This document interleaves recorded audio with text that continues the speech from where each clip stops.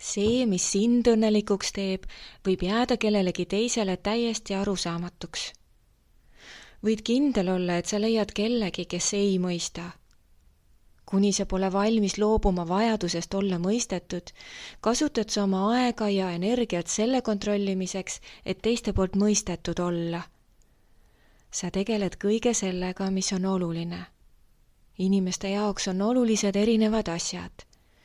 Kuni me usume, et hästi on võimalik elada ainult siis, kui meil on samad väärtused, oleme me määratud üksteisega manipuleerima.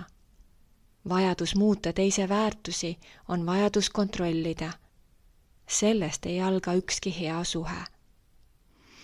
Kui sa näed, et sinu valikud kuuluvad sulle ja teiste omad teistele, ühendad sa ennast sellest sõltuvusest lahti. Sa saad valida, mis on sulle oluline. Sinu elu, sinu õnn, sinu valikud, sinu vastutus, ainult sinu.